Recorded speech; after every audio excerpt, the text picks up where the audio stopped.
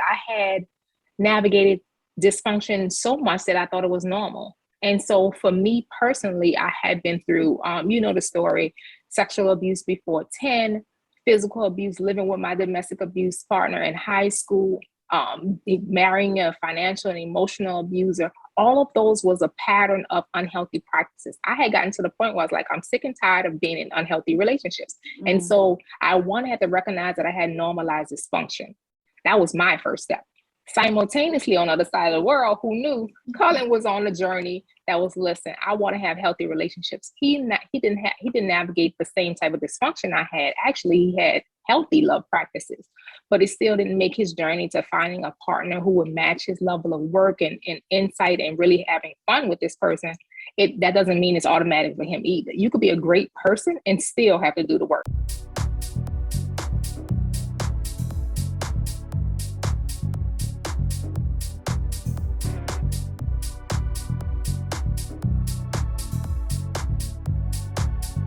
All right, so we have Elitia with us. Elitia, I want to give you an opportunity to go ahead and introduce yourself to the listening audience. Tell us a little bit about who you are and where you're from and what you do. Hi, listening audience. Thank you, Angelina, for having me. I am Elitia Mattox, your favorite relationship coach. I am based in Harlem, New York City right now. And my husband and I co-founded When Love Works Dynamically, where we help high-performing, established professionals get and maintain the love they deserve in just 4 short weeks so they could just avoid the struggle without wasting a ton of time and money. And we love this mission. I am truly grounded in it, and we've been doing this work for over 10 years now. Oh, wow. So you said what caught my attention was 4 weeks. 4 weeks.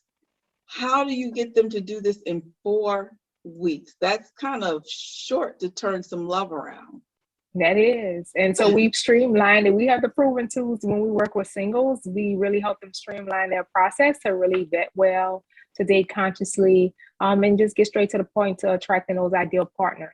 And so that's how we work with singles in those 4 weeks time. And then we put them out there in the world so they could get real life practices. And then when we work with couples in those 4 weeks, we transform their relationship challenges, because a lot of times couples are stuck or they are just sitting in mediocrity. Like, all right, I'm just giving in. This is how it is. And we're like, no, you can actually get the relationship of your dreams. And here are some tools. So in 4 weeks, they get on the ground practice because they've already found a partner. So it's a little bit different for each group, but 4 weeks is all it takes. Okay, I gotta talk about couples first because I'm married. Okay, so you said they're kind of like mediocre. What does that look like when we say it's mediocre? This is what it is. What are they trying to get back? What did they lose? They want to have fun. They want to have that look, that adoration that their partner had, that you're the apple of my eye. I chose you. Remember that look you all had at the beginning? They want to have that back. They want to have fun. They want to make sure that they could just be themselves. Those are the things that get lost over time. And there's some underlying sort of hurt, regret, resentment that forms in. And then they have those shutdown sessions, or we're not speaking sessions. Mm-hmm. Those are the things that couples experience. And so our tools help them navigate conflict in a healthy way, communication in a healthy way, and companionship. So the 3 C's that we work couples through only takes 4 weeks because, again, they already have their partner. And so they just need a couple tweaks so that they can have a healthy, good, fun, vibrant relationship, the one that they had in the beginning. So tell me, from your 10 years experience, what typically gets them in that place of being kind of mediocre, stuck, not having the fun? What happened? What was the breakdown? Is there like a common pattern that you see? It varies from couple to couple, because not all couples that work with us have something wrong. And I'm putting wrong in quotes because statistically, especially in the Black and brown community, we weren't taught how to have healthy relationships. So it's not our fault when they just automatically become what we call dysfunctionships. And dysfunctionships are when committed people are together, they don't want to give up because they've invested time, but they have unmet needs and expectations, and they're just sticking it through. So that's what we call a dysfunctionship, right? And so these couples are sitting in this place because of, I don't want to give up on this thing. They're struggling through it, and they think that just putting in time is going to make it better. And we're saying, one, give yourself a break. We weren't taught how to have healthy relationships. And When Love Works Dynamically is just one organization actually teaching how to get and maintain healthy love. And so give yourselves a break. If you are in a funk, if you're with your partner and y'all are in this stuck place, it's okay. Give yourselves a break. Two, actually go out and get some help. You don't have to work with us. We have some free tools. We have a podcast, our book, everything. But what we're saying is give yourself a break and then do something about it, because you truly deserve love. You deserve a healthy relationship, and you pick that partner. So why not have fun? Get to co-creating a great relationship. So I heard you mention that you all have a podcast? Yes, When Love Works Dynamically. All right. So where can they catch your podcast? When Love Works Dynamically podcast is streaming on all platforms, Anchor app, Apple Podcasts, Google Podcasts, Spotify, Breach, all the names. I don't want to mess them up, but all the streaming platforms for podcasts. And we have several seasons. Season 1 is Relationships 101. Season 2 is Dating 101. Season 3 is Courtship 101. Season 4 is Lifetime Partnerships, and season 5 is coming soon, and that's all about bad behaviors. Wonderful. So I want you to take us back. What made you and your husband get into doing relationship counseling? Like, is this something that you all came together to do after you got married? Was one of you kind of like already into it, and then y'all came together? Like, tell me how did this come about? Yeah, so When Love Works Dynamically we're the first client. So we didn't initially come together and say, we're going to do this. No, we were struggling first. And we individually had been married before, but when we met one another, we said we want to do it differently. We want to do it in a healthy way. And we actually want to have fun. We found someone we really vibe with. We really want to enjoy it and really have fun with it. So we found that when we were looking for support, specifically culturally relevant, specifically to the Black and Brown community, we couldn't find what we needed. So instead of us complaining, instead of us really getting more and more sad and frustrated, because we saw a lot of other couples struggling too, who just actually broke up because they didn't have the tools. Instead of us sitting there, we created what we wish we had when we were finding our way to each other and in our challenges with our own family dynamic, with one another. We just created it. And so When Love Works was born, again, first out of our own challenges, and then us saying, hey, people are noticing, people are asking us, how are you able to do this? How are y'all still looking like y'all enjoying each other? How are y'all still having fun? And so we started to share the tools. And so that's when the company aspect of it was developed and designed, and we started sharing it with the world.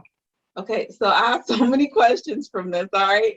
Oh my God, like I got all these questions running through my head. So I have to ask you, because you said you were looking and you weren't finding what you were looking for. So what were you looking for that you weren't finding? Was it just that you weren't finding someone that you resonated with that looked like you, or were they not relating to you? What was it? Both. And so Black relationship support is not popular. Again, in the Black and Brown community, we don't even teach it. We don't even have conversations. We go around thinking that it's the norm to have these unhealthy conversations. So one, finding Black relationship support was not common. And so that was a challenge. And then secondly, when we were really trying to get support from people, from professionals who could understand our one, having been married before, having children, one has, one doesn't, one, professional life and all these other little nuances that come with our journey, especially the Black person's journey, who is very significantly different than other communities. We just kept running into walls, and that was individually. So Colin read his books, I was reading mine, we going to therapists, we doing our work. But when it came to relationships, that's a very niche area.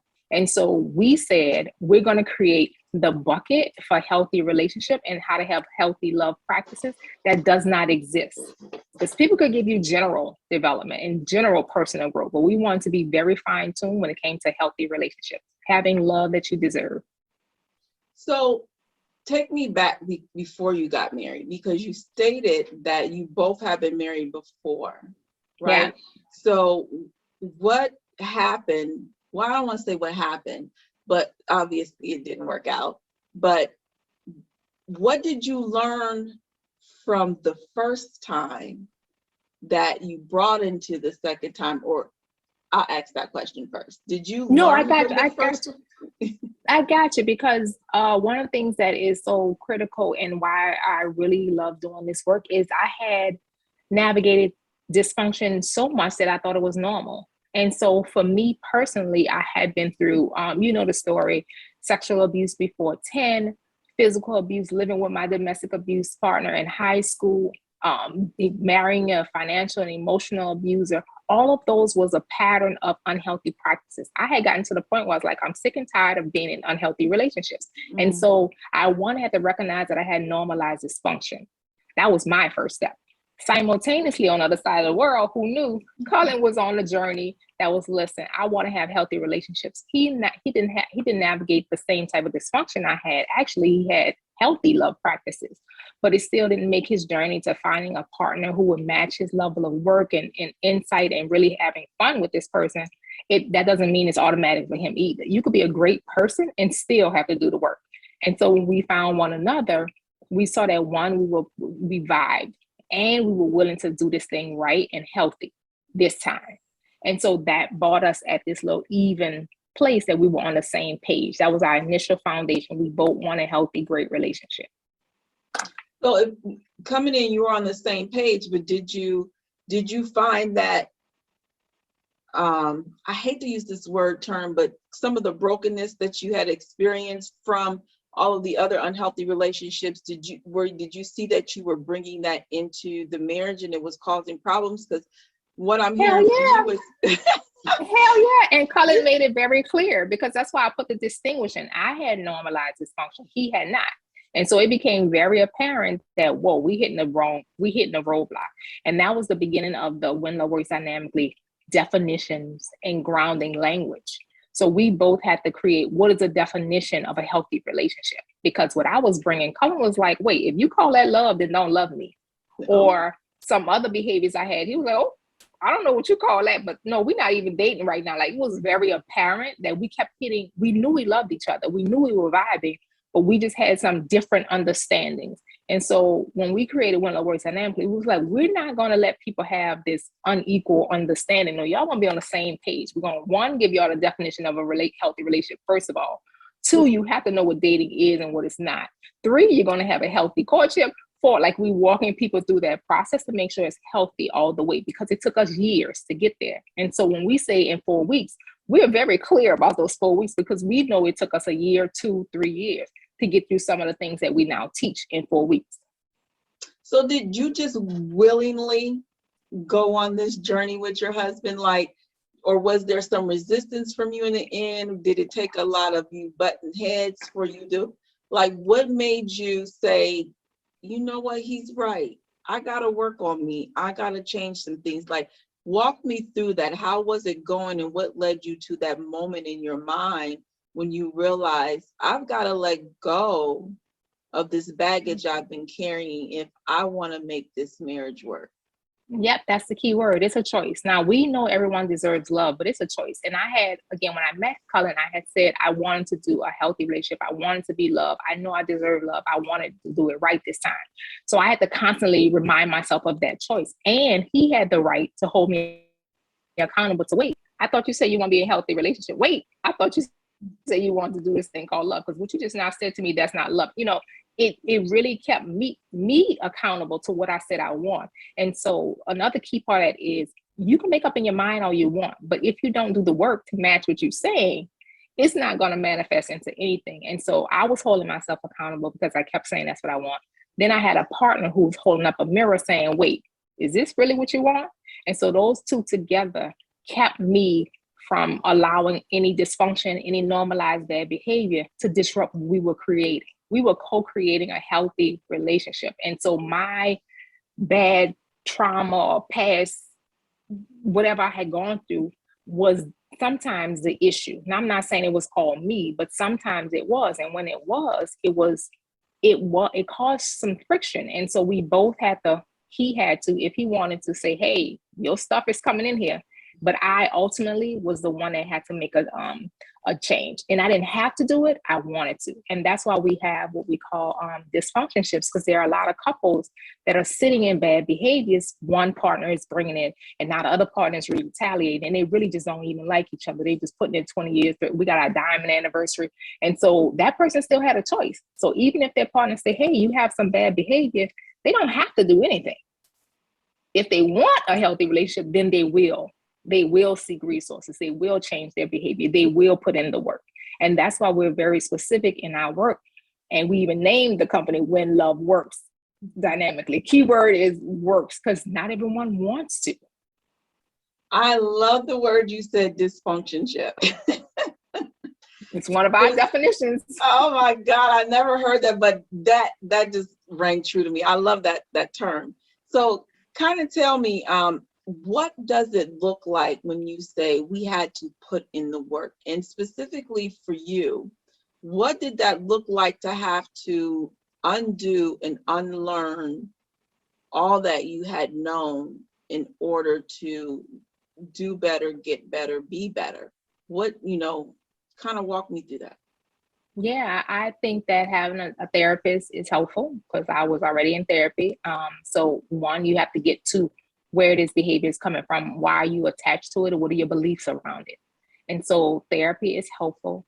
Two, just making sure that what I believe is actually what I believe, because a lot of women have the practice of having faith. Like we have the ones that are, we believe for everything, and we can show that we have the most faith. But when it really comes to love, our actions show different. And so, two, the second part of my work included, listen, Lord, I know you want to be loved. I want love. So I had to believe that with every day and every ounce of my being, despite what I had gone through. And that leads me into the third part. Regardless of my past, whatever I'm thinking, I still deserve love. So number two and number three have to go hand in hand. Does your faith, does your belief lead into your actual statement that you deserve love? And then number four, putting in the work, which looks like, all right, when I have bad behaviors, what am I going to replace it with? What's going to be a new practice that I'm going to have? Because I know how to do 30 something years of that way, but I had to get some reps in of this healthy practice. And so I had to literally replace bad behavior with healthier practices. That was the work. Those four components was the work.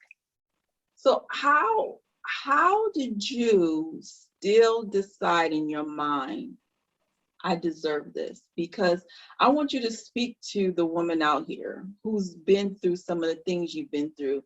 You mentioned quite a bit of being sexually assaulted, domestic violence, and a few other things. But we go through things, and sometimes the thing, you've been through a lot. And those things can really wear our minds down to the point where we don't think we're worthy, right? We don't think that we're lovable. We don't think that we even deserve it. How did you go through all that you went through and still in your mind said, I deserve love. I deserve better than what I've been given. I deserve better than the hand that I was dealt. Like, how did you get that kind of mind to think opposite of what you've been through? Yeah, that was it. When I said it was a consistent replacing of thoughts, it's just that consistent. Angelina, it literally had to be, some days it was every second, on the second, under my breath. I deserve this. I deserve love, because the mind entertains about 90,000 unsolicited thoughts that are repetitive and negative. And so I had to beat those thoughts into submission to what I really believe, and then trust God to align with that. Because if God say, yeah, you're right, you do deserve it. But if all of my thoughts every 15 seconds are the opposite, then God can't work with that. And so any woman that's going out there, any person that's listening to this, that's going through those different traumas, or having had navigated those challenges in life, your beliefs have to be beat into lining up with your faith. So if you believe you deserve love, every other thought is going to come against that. And so you have to replace that thought with what you actually believe. And for me, some days that was literally consistent, talking to myself under my breath, during the work cycle, talking about what I believe.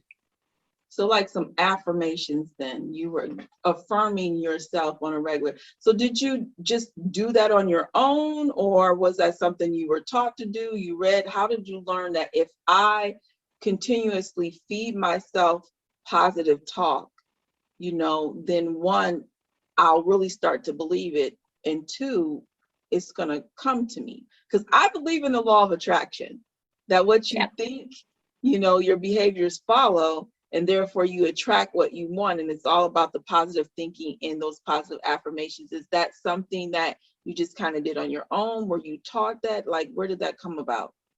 Yeah, it's both, because I believe in law of attraction too. I didn't have a name for it then.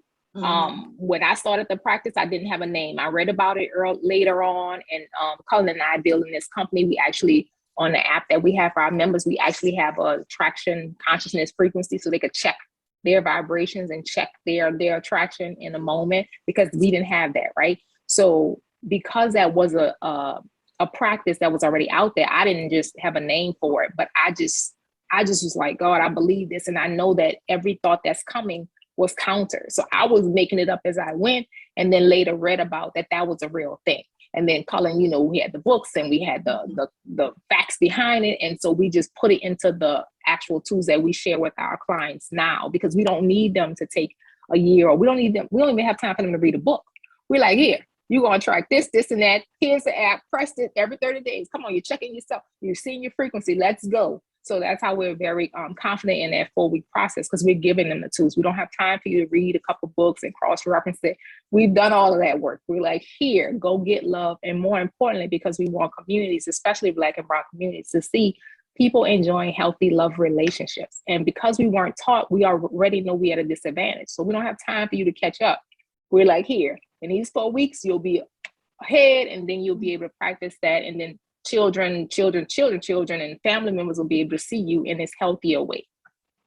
So earlier I asked you about married couples. Let's go back to the singles. Okay. Hey, singles. all the single ladies. All right. So this is going to be, I just got to know from your perspective with our singles, is there a pattern you see with them when they come into your program as to where they are with dating and expectations, and just kind of tell me, what are you seeing with the singles, which is like one of the biggest reasons they're not attracting the love they want? Well, a couple of things. One, we work with high performing established singles. So one, they are doing well professionally. I mean, they get in the bag, they killing it, whatever you want to call it, all the terms, right? And they want the same instant success in their personal life. They want a love life that's like, why I don't have it? I'm beautiful, I got the brains, I got the body, like, what's going on? So that's one. They come with that, I should have it already, because I'm this great person mentality, right? And then two, they haven't allocated the time to even be available for dating. They want it, but they're not really in dating. Like, they're just, I want it, but from afar. Okay. The third part. Oh, I'm sorry. Go do the third one. I got a question. Go ahead. The third one is the biggest, and the one that people don't say, but the biggest is fear. Fear shows up in many different ways. And so a lot of singles are really afraid of being vulnerable again, afraid of being hurt. Like, there's a whole list of things that go under fear, but fear is the third, but it's the biggest bucket. So let's go back to the first one. The first one, say that again. It's like, they think it should be instantaneous. Because they're already high performing, they're well established, they're doing well professionally. They have multiple degrees or one degree or business. They have something to show that they're doing well professionally in the entrepreneurial space, in the business space, and they have something tangible, and so they want that to translate to love. How do you? And bring love is them not down? tangible. Oh, how do you that's a part of the work. bring that mind and the ego down of that high achieving, successful, career oriented woman who's like, I got it, I should have it? 'Cause I can relate. We got these timelines, and we're goal driven, and we're planning, and we're meeting those goals, and then it's not going the way we want. We get a little frustrated. How do you work and kind of bring them down back to reality? Yeah, and that's literally the name of When Lovers, because we initially get that shock value. Hey, how much time you put into that career? How much time you put into that XYZ? How much did you allocate to relationship help, to love? And it doesn't equate. And so we're the ones that automatically say, hey, before you expect all those things, how much work did you put in? So when love works, when you put love to work, when you put in work, then you will have the same success that you have in your professional life. And hey, we're here for you. We're going to walk you right along that journey in 4 weeks. And so that's the initial conversation, because we have to get them to realize, wait, I even went to school for 4 or 6 years, or didn't even go to school, but I killed it in this first quarter. The second quarter, which is like 3 months. If I put in 3 months and my business is doing well, I didn't even put in 3 months into this. And so that's an easy differentiator. Be like, hey, you're expecting, but didn't put in the work. And again, no guilt, no judgment. We know that, especially in the Black and brown community, we weren't taught that this is something you even have to learn. So what's the one thing that you would tell a single now of what they would need to work on or do if they really wanted to attract love? Ooh. If you really, listen, single ladies, single guys, if you really, single people, if you really want the love that you know you deserve and you really want to attract it, you have to put in the work. Now, love is not, love what is kind just, of work? Oh, put in some healthy relationship work. It's not just work, thank you for clarifying. It's not just read a book. Like, you literally have to get some new tools, put in some new practices to undo some bad behavior. And then apply it in real life on dates. So, well, talk to us about these bad behaviors, because sometimes we don't know. Like you said, you normalized some things for yourself. And sometimes we have these self-sabotaging behaviors. We grow up in dysfunction and we don't even realize and know this is not normal, or that is the problem. So can you identify for some of them out there that would come work with you, or know that this is what you're doing, that's why you need to come work with me? What are they doing that they don't even realize is not working? Well, we have 4 different levels of bad behavior that, 3 that go under the radar that you can't call the police on, right? The last one is full-on abuse, and there are 9 different types of abuse. So when people usually get to that level, they know they have bad behavior. But there are 3 that are very subtle, that are right before them. I'll just go into the first of those buckets. The first level is dismissiveness. Just say that again. Dismissiveness. I'm listening. Now, dismissiveness can show up in several ways. One of the most common under that umbrella, because dismissiveness is the big bucket, and it's one of the 3 categories that leads up to full-out abuse. But dismissiveness can show up in just ignoring, strategically pulling that energy out of the room, or when someone says something that they want high energy from you or a response from you, as a woman, we have the ability to sort of like light up a room. We also have the ability to pull all of the light out of the room. And so entitlement, inconsistency, that shows up in dismissive, like we say, the stance that I deserve a great partner, great love just because. When you do that, you're simultaneously othering the people who have done the work. Like you're saying, because I have this status and because I have this brain level, this acumen, those people that don't shouldn't. Where do we get that? Where does this successful alpha female woman get that dismissive attitude from? Is that something that they've seen? Is it something? What happened? It can be seen, or it can be something that they just I guess they just normalize. Because a lot of time, my mom and I grew up in a 2-parent household, and some of the bad behavior I have is not all of it that I saw. It came up in me because of, it was a defense from other traumas that I brought in. You know what I'm saying? I used it in defense when I was in bad relationships. So some of those things I developed myself.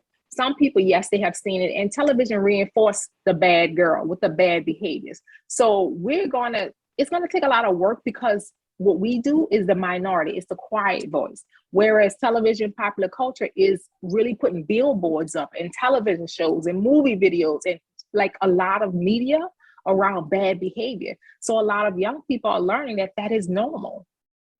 Whereas being harsh and just having sarcasm and blowing your partner off, is not healthy behavior. That's bad behavior. But that's what's seen in popular culture. That's what's acceptable and wanted. And, so it's the combination of both. They see it, and then some just come as a defense mechanism from not wanting to be hurt from something else. Yeah, I think we're just about desensitized to all of the bad behavior. Media and TV has just normalized, cussing each other out, dogging each other out, yelling at each other, arguing in public and everything else. I don't think I can watch a reality show anymore where they can't even go to a freaking restaurant without getting into it. And that's what we see. That's what our children see. And it's become the norm. And now we've got to realize that's not the norm. And I like to say we've become comfortable in our discomfort. Yeah. And that's sad. All right. So this has been great. Wow. I like the work you're doing. Thank you. I just like to see this to hear where you've come from and what you've been through, right? And then to see the smile that's on your face now, and to be able to talk about how you took your pain and you turned it into a passion. Can you just tell us just a little bit more about that before we close out? How did you take your pain and turn it into passion? When did you and your husband realize, you know what? I know you said it wasn't out there, but when did y'all really make that decision? What was happening that y'all really sat down and said, we got to do this? We got to do this. Oh, we got tired of seeing people we really know loved each other, like singles who were right at the edge. And it was like, ooh, if they do this one little thing, they're going to have a great relationship. Ooh, they're going to make a great family. But they separated. And we're like, oh, goddamn, they just need this one little thing. And we got tired of seeing couples who like, all right, we just here. But the children's children, our family reunions, they're like, oh my gosh, please don't idle them, because they have given up on each other, and it's very clear. And so Colin and I are talking about it. We in our little side conversations like, ooh, that really hurts us, that young child is thinking that that's the goal. And they looking at these people hate each other. But we celebrating the 20 or 10, and we're like, oh no, we don't want people to look at that. And then we see singles who are like, I really want to give love. I have a lot of love to give, but am I going the right way, or I'm right at the edge? Let me just back up and give up on it. So we see singles who are so close, really have a lot of love to give, want to be in healthy love relationships, and they just don't have the tools. And we see them quit, and we see them put their love on the shelf, and we see them like give up and give in. And we're like, oh, but they really keep saying they want love. And we're like, love is an infinite resource. You got it to give. Don't sit on the sidelines. Come on, get these tools. Let's go. And then again, we see the couple just pretending that they're in healthy connections, but don't even know where to go. They never even thought that getting relationship support is a thing. Like, they're just struggling. And they just think that that's because I saw my parents do it, or because that's what people do. That's the norm. And it's really, it's blowing opportunities, because Colin and I got tired of seeing that from both sets. And then we're like, listen, we don't know when we're going to leave this earth. Let me tell you something. If you have an opportunity to be in a love relationship, take advantage of it. Because there are people, we also had the stories of people who were in a dysfunctionship, got out of the dysfunctionship, started dating again, found the person that they love, and 3 months later they did. Oh, wow. We like 3 months of experiencing the love you really deserve and you really wanted, and you blew the opportunity with being in a dysfunctionship or just settling. And we have a lot of singles with the same story. I gave up 6 years of this. I gave up 5 years with this person. We're like, we don't need anyone else to blow opportunities, because we don't know the time of day. But what we're very clear when it works dynamically is, if you want this, come on, get these tools, because you don't want to blow any opportunities. Oh, that's good. So what were you doing before you all got into coaching? And then how easy was it for you to pivot from whatever you were doing? Like, how did you know this was your calling? Yeah, so for me, I've always been in education, training, and background in psychology. I knew I didn't want to be a therapist. I tried, did all my practice. I was like, yeah, I don't want this. I don't want to have someone attached to me or really relying on me for that long of a process. Even though, again, I had therapy, I go to therapy myself. I wanted to see people's transformation in a short amount of time. And so I discovered that that was a coaching path. So because I was already in education, training, development, it wasn't a difficult transition. We just took the work that we were doing, and I was able to, like, curriculum it, put it into buckets and separate it out to make it bite-sized. And my husband was already in communication and design. And so his background really allowed us to streamline the words, get clear definition, and then have beautiful design when we're working and sharing the tools with our clients. So it wasn't a hard transition because the content we were talking about anyway. We were on the sideline saying, oh, if they just say this one thing, they could click. Or if they just do this one thing, they could click. We were saying it already, staying up all night, times of the night, talking about it already. We just then decided to put all of our experience together and create a company where we could just share it with the world. So was this just a conversation, or was you all like, how did you know this is what I was purposed to do? Because if you had been in education and all that, how did you just know this is what God created me to do? And everything that I went through is leading me up to this moment. Did you have that epiphany that I didn't have the one. Uh-huh. I didn't have the one epiphany because I was still training trainers when I sort of went full time and went lower sign Ampli too. I was still training trainers, right? And so we had some principals that I coached that said, hey, I know you coached me in my personal life. Can you come do it for my staff? So I was still doing both. And I just knew that this came with such ease. What we're doing in One Love Dynamic came with such ease. That's why we know it's aligned. That's how we know it's our passion and what we're called to do, because it comes with such ease. So Elitia, this has been wonderful. Well, before we close this out, I want you to tell me, what would Elitia today, what advice would she give the Elitia before? Ooh, that's a good one. Listen, young Elitia. Listen, young Think of an Elitia. age here. Ooh, that's even better. Gosh, how old were you when you were in the abusive relationship? I lived with my physical abuse because I've been in several abusive relationships, but I lived with my physical abuser when I was 18. I was in high school. Oh, wow. So you just went from high school to being in living with this person. How did that happen? That's a whole nother. Let's go with 18-year-old Elitia.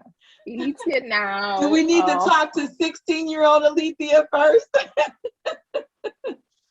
All right, we'll talk to 18-year-old Elitia instead of 16-year-old Elitia. But what would the Elitia today tell 18-year-old Elitia back then? I would definitely hug you and just kiss you. First of all, just give you some hugs and kisses and say you are. That's it. That's it of the sentence, right? That's the first part. Just a hug and kiss and say you are. And then say, girl, you ain't got no worries. As long as you are true to you and believe. See all of the thoughts you having at 3 o'clock in the morning, 4 o'clock in the morning that may seem crazy? Believe them and go deep into them. Shut out all the other voices and go deep into them and trust God and watch what happens. I love it. I love it. It's been great. Thank you so much. I'm so glad to have had you. This is wonderful.